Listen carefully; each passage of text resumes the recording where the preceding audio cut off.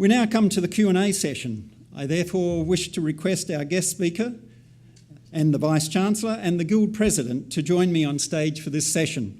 We have seats set up here and microphones available. Thank you for reserving your questions for this session. I now invite anyone in the audience who wishes to ask a question on any topic raised in the reports this evening or any part of the University's operation. As we are recording this meeting, could you please stand, wait for the microphone and introduce yourself so that we know who you are. To ensure that everyone has the chance to ask a question, could I also ask you to be brief and to the point and only ask one question at a time? Now, who wishes to ask the first question? We have microphones ready. Over here, Jamie. Oh, right down the back here. Sorry, Devon.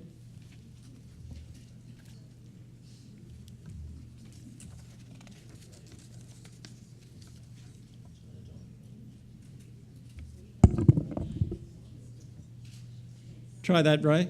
Is that working or not? Hello? Oh, yeah. There we go. Thank you. Ray Taus is my name. Justice French in particular. I want to put a question to you, but then I'd like to put a framework so that you're not, for instance, drawn to answer that it's about golf. Let me explain. My question is, what is it you now want to do, and what might we see to know you are successfully doing it? The framework I'd like to put is that I think you've worked with a focus not just about laws, but as a modern man with a sensitive awareness of the day and the analytical criteria that the public has required. You haven't just spoken to lawyers in your articulations and judgments. I think your learning and erudition has been generously expressed and openly expressed.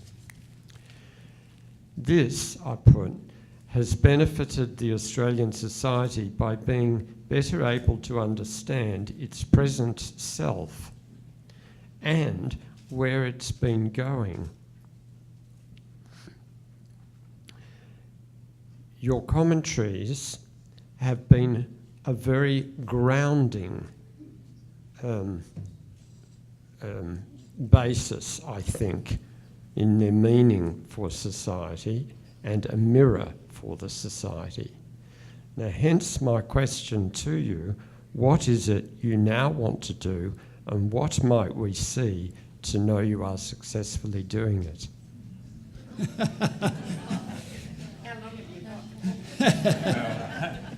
Well, I'm not going to set up any personal KPIs, if that's what you're asking. But thank you for those remarks. The government is good enough to provide me, as a former Chief Justice, with an office and some secretarial support, and I've got that in town. And the university has been good enough to provide me with an office here at the law school, through which I have natural light and a nice view of the car park. I think if you were to sum up the sorts of things I would like to do now, it's a mix of, well, I suppose, writing, teaching and good works, in the sense of things which are of interest to me but which may be of some use to the community. One of the vehicles through which I hope to do that is with the association with UWA as an adjunct professor, and I've already found myself engaged in some interesting activities, not least of which has been rediscovering some connections with science, because I did a physics degree as my first degree. Perhaps not everybody knows, I've told the story a few times, but people say, why did you change from physics to law?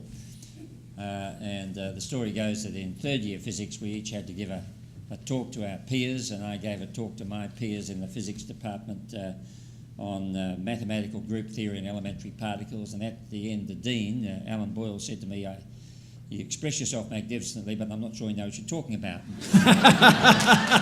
And so I thought that both qualified and encouraged me to enrol in law, which I did. Of course, in law you can be a professional dilettante, and you can get across a whole lot of things. But recently, sorry, this is a little bit of a digression, but recently David Blair of this university, who was a close contemporary of mine when I was doing physics, he was a year ahead, and he's been looking for gravity waves for 30 years and finally found one.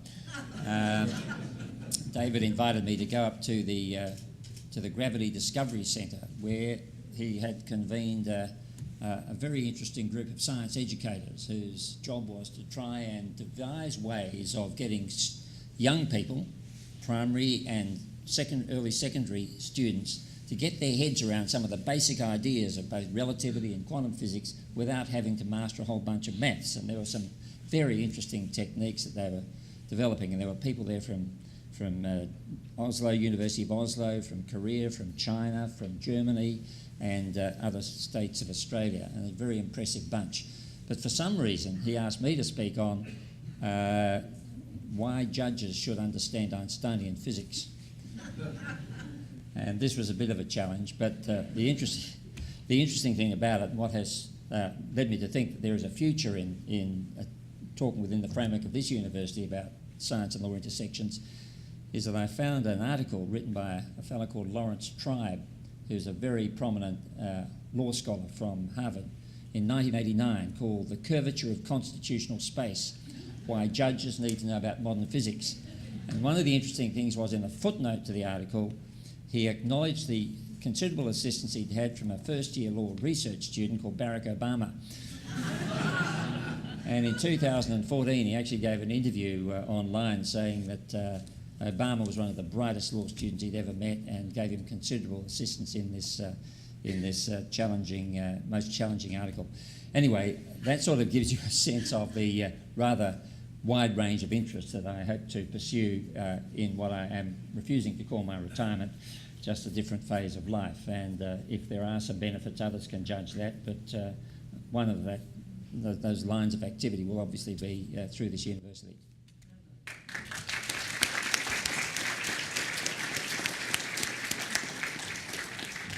Thank you very much. Are there any other questions?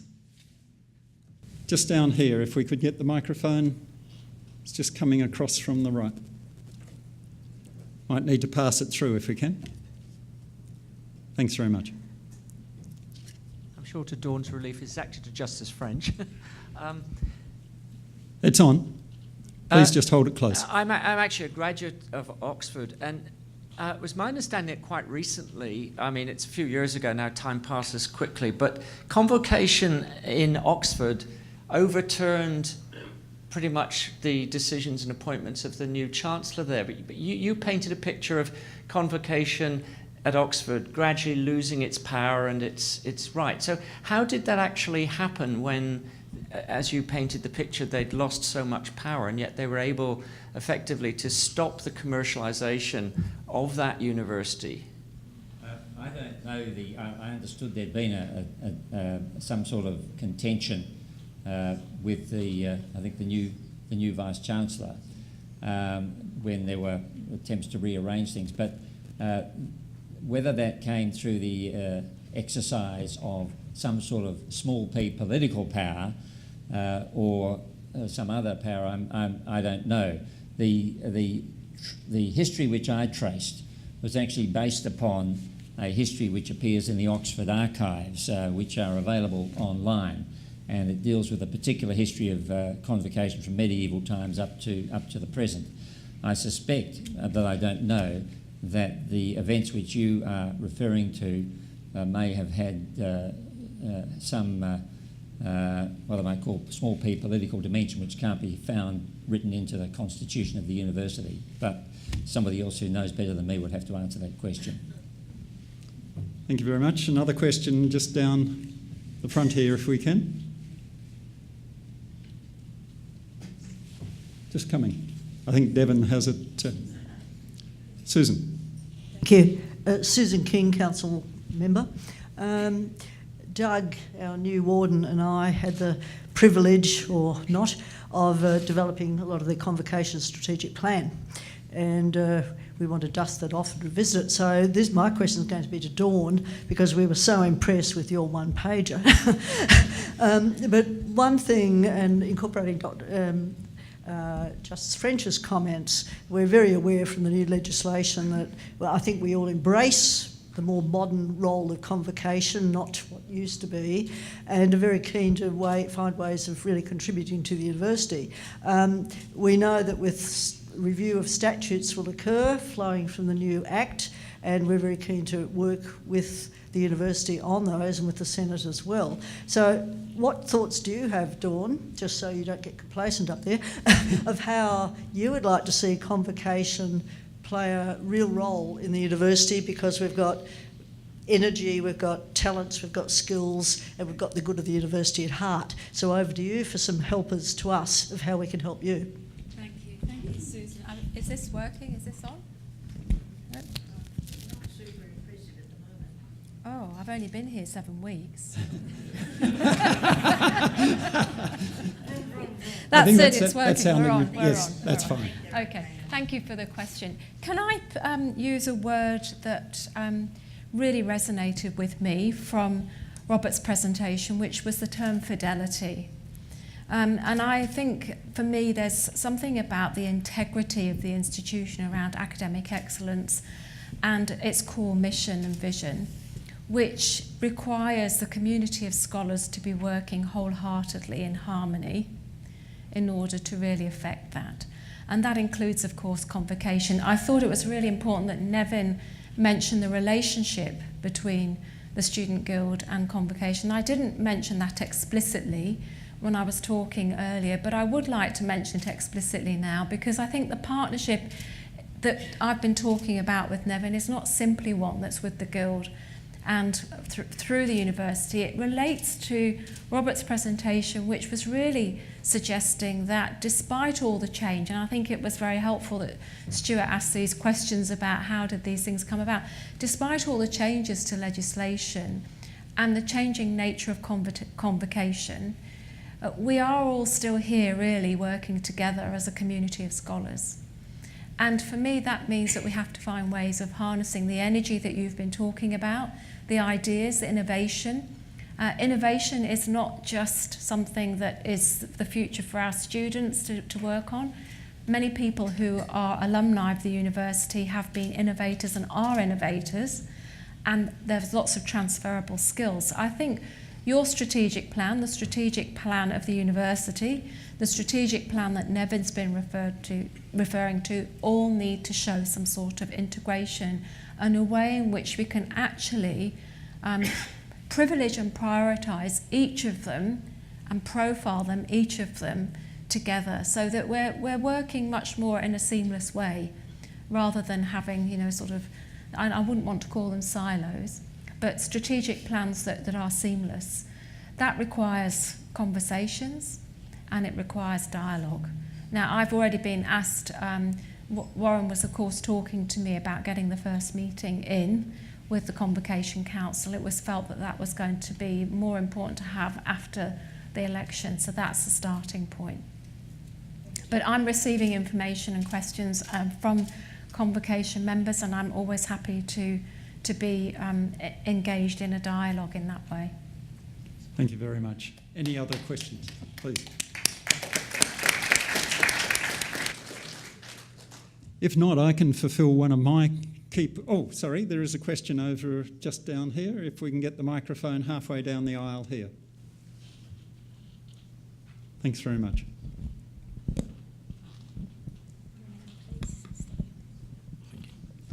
Thank you. My name is Ralph DeSantis. My question is to Vice-Chancellor Professor Freshwater. We have seen in recent weeks and months a lot of focus in the media with respect to renewable energy and the focus on sustainability. My question is, how is the university leading by example? Has the university considered or has put in place systems to help reduce its carbon footprint? Which leads on to how is the university planning to prepare our future generation of engineers and scientists with a focus towards renewable energy generation, and more importantly, sustainable engineering? Great questions. Thank you. Really good questions, which obviously I won't be able to attend to them all in this evening, but it's a really great stance that you've raised for us to think about. We are working at the moment on our sustainability plan.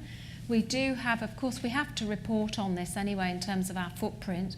One of the things that we've done recently is through Senate, we have determined to report as part of our KPIs on our carbon footprint, emissions, and on work around our sustainability. So that's something that we're really working now as a proactive stance to take from this university to report on.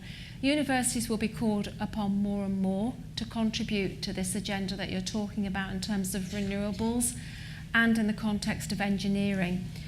One thing that I would say is that at Universities Australia, it's about 3 weeks ago, isn't it, Nevin, that we were in Canberra at Universities Australia, it became apparent to me that universities are under more and more pressure to solve the major issues and the problems of the world than ever before.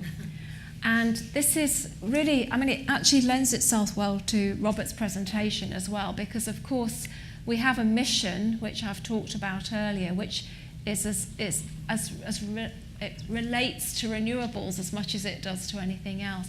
How do we enact that mission in a contemporary way as a response to those sorts of questions? We have to take it very seriously and lead by example. What that looks like, we're still determining, but there's work in process and KPIs being drawn up.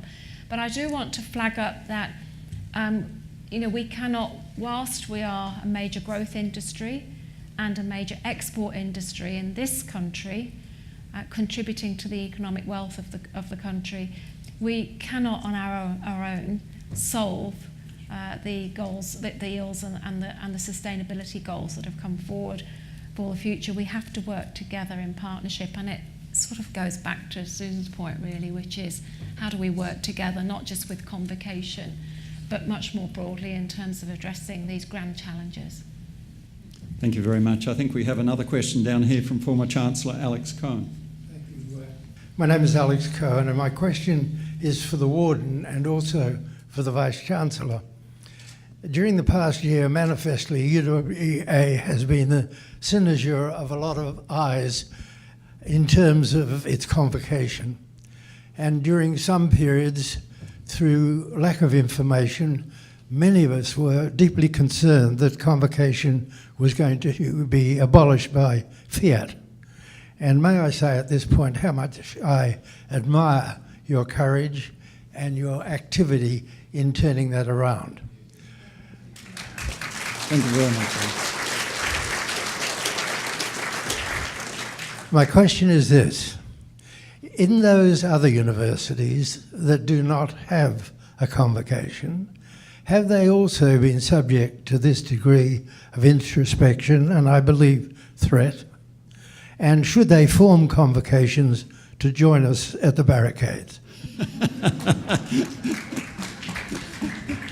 Dawn, would you like to go first? Lauren, I thought you might go first. Well, I'd obviously like to thank Alex for his comments, and I think, and I was talking to our Vice-Chancellor before this meeting about the unfulfilled potential that I believe that Convocation has to be a conduit between the graduates of this university and a huge support for the university, and I think that's a two-way exchange. I think that there are enormous benefits for the graduates by having a closer linkage with the university, and I think enormous benefits to the university by having a supportive Convocation largely composed of the graduates of the university. And we were talking about mentoring and relationships with industry and a whole gamut of knowledge and expertise that resides within the members of Convocation that we can utilise for the benefit of the university. So I'm very positive about what the future will bring. I think there's this potential which we haven't fulfilled, but I think it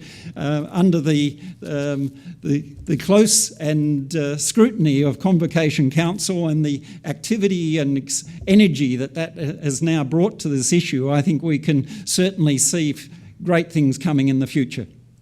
Dawn, would you like to comment? Thank you for the question, Alex. And so my experience of universities that don't have convocation and the degree to which they have been subject to the same level of scrutiny in terms of the looking at the acts and legislation, I think we can see from Victoria and from the eastern states that there has been quite a degree of interrogation of some of the statutes.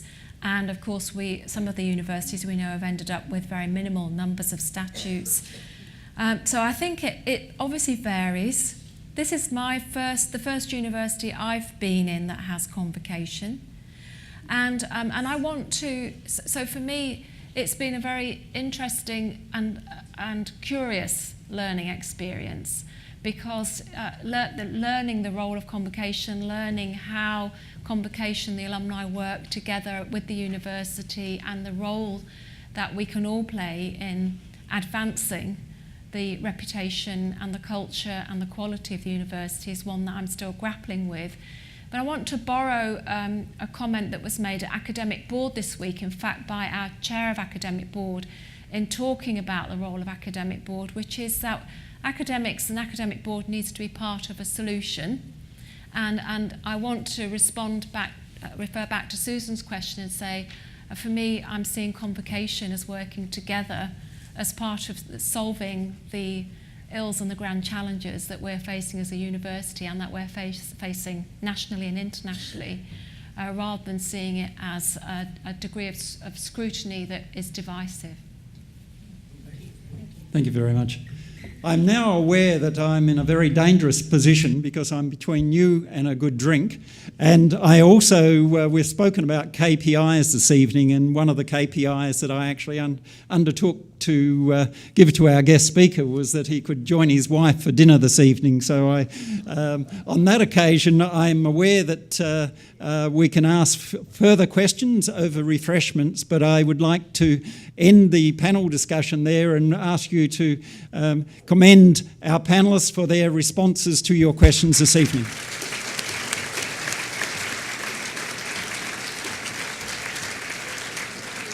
Sorry, could I just ask our Vice-Chancellor to make one other comment? Yes, and it's absolutely nothing to do with the convocation agenda. I just want to remind you that the President of the Student Guild had his head shaved today, and that he's sitting here with his head shaved, and his Just Giving page is still open, and he's obviously, although he hasn't got any hair left, and I did the first bit, I shaved the first bit off at the tavern today.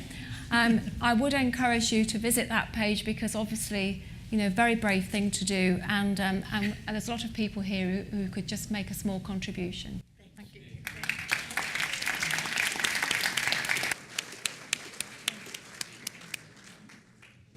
As this ordinary meeting marks the end of my term as the Warden of Convocation and therefore my final function in this role, I wish to invite the incoming Warden, Dr. Doug McGee, to join me on stage to accept the Convocation gavel as a symbol of his authority to chair Convocation Council for the next 12 months.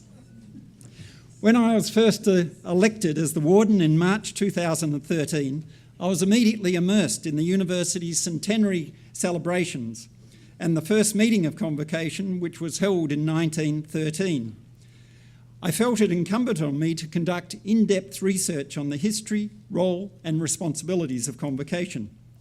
This research revealed some interesting aspects of Sir John Winthrop Hackett's intentions when he established Convocation as part of the university's governance structure. We've learnt a little more of Convocation's fascinating history during our guest speaker's presentation this evening.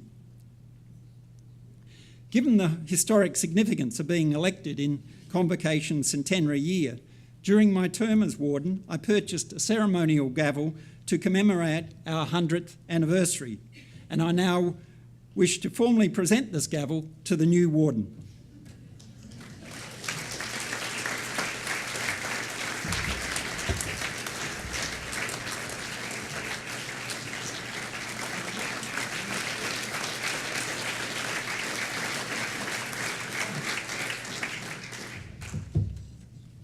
I'm sure that Doug will find this to be of great use in chairing what I've described as the in-depth discussions that often take place in the Convocation Council room. I'm therefore delighted to provide this gavel as a symbol of his role as the Chair of Convocation Council and the spokesman for Convocation within the university community. I'd now like to invite Doug to say a few words and on his role and his aspirations for Convocation. Thank you, Doug.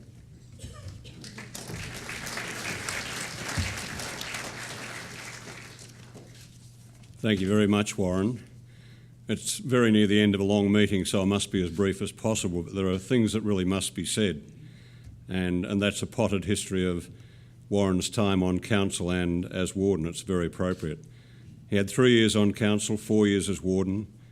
As I know many staff will recognise, ongoing and regular contact with senior members of staff at UWA, always promoting Convocation, enhancing the awareness and prominence of Convocation.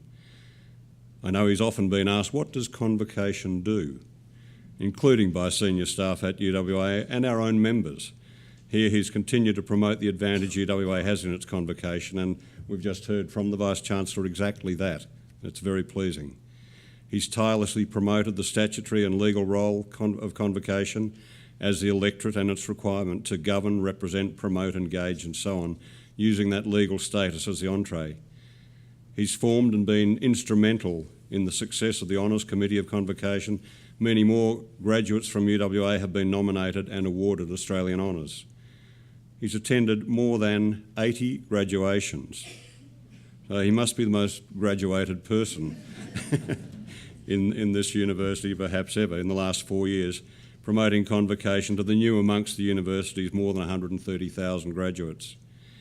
He single-handedly, and that he gave much recognition to others, generated the proposal and support for Convocation Hall through his personal and work networks, this after examining possible Convocation involvement in the Masonic Hall development. Warren is the consummate negotiator, and that was found after the University Women's controversial loss of the hire contract, and this converted into benefits and awards for scholarships and so on. Well done there, Warren.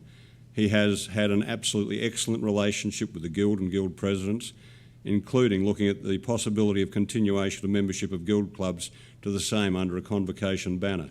Obviously a huge step that can be made. His contribution to the amendments to the UWA Act has been recognised, and without him we would have perhaps been sunk. So, wonderful. Warren has also been supported by a benevolent employer. Hames Charlie recognised the value of his contribution and made it possible even while he has carried a heavy workload as a very senior manager in a large firm. He also has a very benevolent wife. Rhonda, thank you. Warren has always been incredibly professional and stable, fostering many relationships over the last 4 years. A very impressive man. Warren, thank you. I ask you to join me.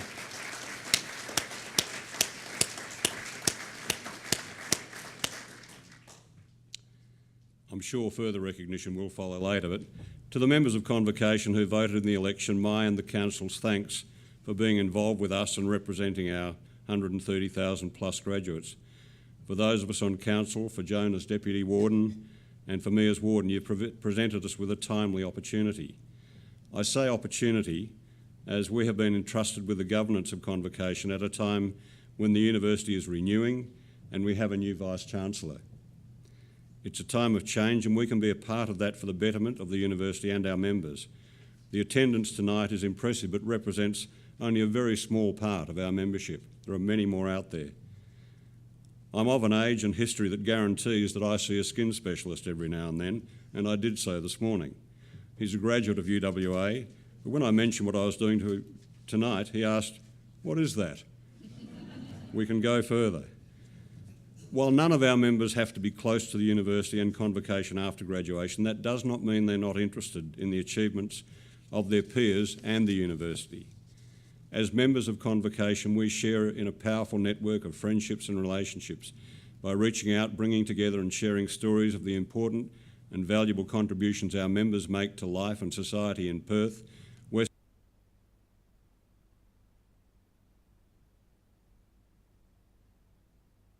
Thank you for the opportunity you've given me. I look forward to sharing our progress with you at future meetings.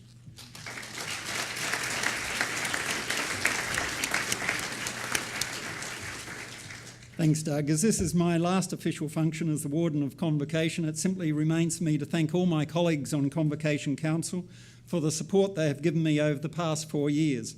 It has been a pleasure and a privilege to undertake the role of Warden and contribute to the University in this manner. However, none of this would have been possible without the wonderful assistance provided by our diligent, diplomatic, hard-working Convocation Officer, Juanita Perez. I'd like to thank her.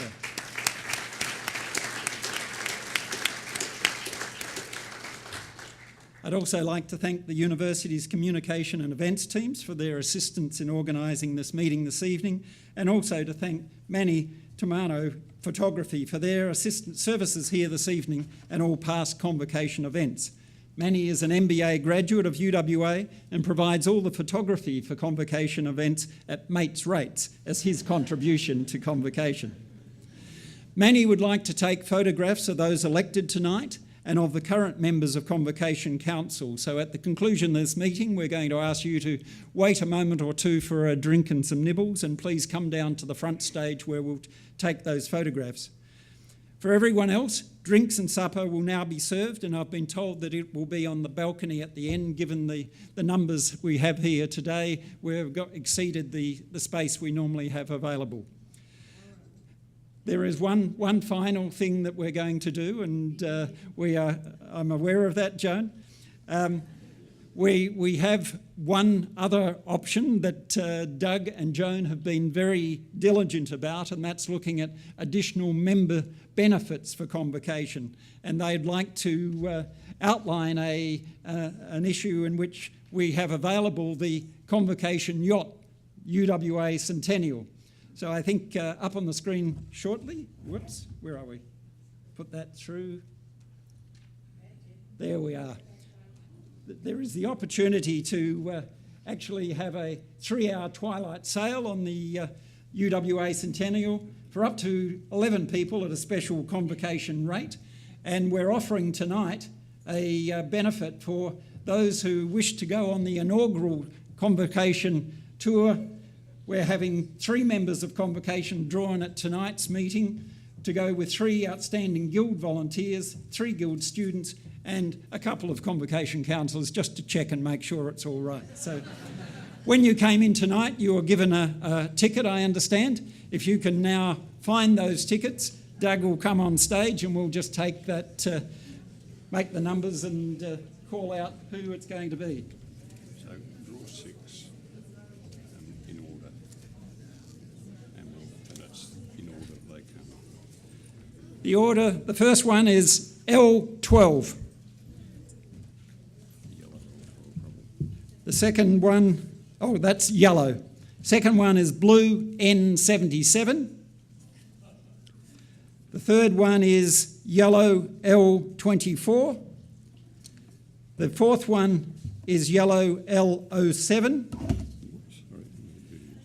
And one further one, yellow L32. If people with those could come down and see Doug immediately after this, we'll make the necessary arrangements. We've called more than we need just to ensure that those who have those haven't left or are interested in sailing. Thank you very much for attending the meeting. Please stay and catch up with colleagues and friends. I now declare the Autumn Ordinary Meeting of 2017 closed at 8:40 p.m. Thank you very much.